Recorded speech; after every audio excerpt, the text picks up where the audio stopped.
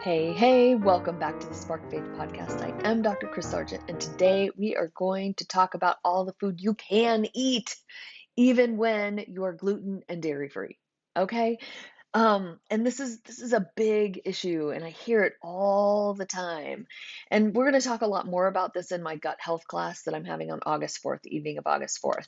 And so the link and stuff will be in the show notes. But so I hear this all the time, right? Oh, I can't have gluten and dairy. What am I supposed to eat? And and we all whine about things. Like I'm certainly whining right now about, some of the things that I'm avoiding for the next another, I don't know, 20, 25 days or something like that. However, all of that being said, there's a world of other things that we can eat. So I want to start with gluten-free things. Now, there's an awful lot of good substitutes out there for gluten-free bread, gluten-free pasta. I particularly like, I have a whole set of things that I like versus some of the other things. That being said, all of those things are great. They are gluten-free. They are not, however, carb-free, right? They're not carb-free. They're not calorie-free. And so they have to be counted in your overall food consumption in the same way that any other gluten-containing thing might be, right? Like you can have a gluten-free brownie, but it's not, calorie-free or sugar-free. And so you just have to take that into account depending on what your goals are. So if weight loss is your goal, I'm going to help you work through this without using a lot of the substitutes. And the substitutes are also pretty processed, and we're not all, we're more about let's eat more real food and actual food. And so there's ways that you can get complex carbohydrates, which seems to be the thing that most people feel like they're missing. There's other ways to get complex carbohydrates than just gluten and wheat containing foods, like potatoes and sweet potatoes. Like those are perfect for that.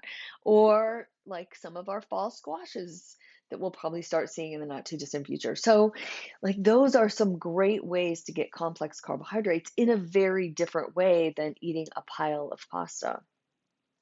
And in terms of weight loss, they can also be beneficial. We know that potato starch can be very filling, and it's also good for gut health. So that's one place that I want you to think about, that there's a lot more foods out there than what you think is out there.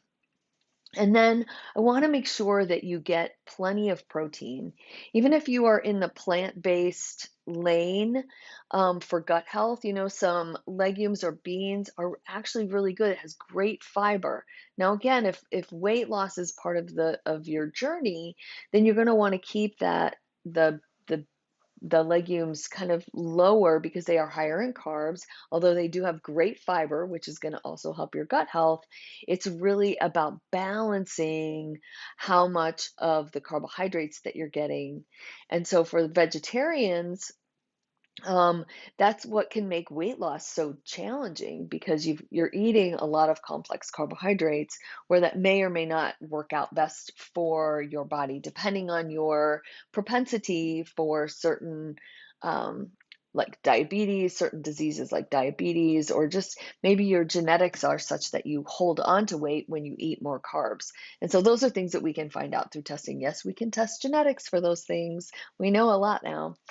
And so following a more anti-inflammatory diet, right, which is lean proteins or plant if you must, and adding in healthy oils like avocado and olive oil, eating a lot more vegetables. This is nothing magic, right? This is not gut health by magic wand. This is all things that you know, but sometimes we get so closed in that you can't have these things that we have to start looking at what can you have, right? And opening up your world. I put a lot of recipes in my Facebook group, and so that's a great place to find recipes for gluten-free, dairy-free, great nutrient dense foods that can really help move your gut health into a completely different space. So I just wanted to throw those things in there for Friday foodie kind of day. And again, join us on August 4th, and we're going to go into this into a lot more detail. So love you all.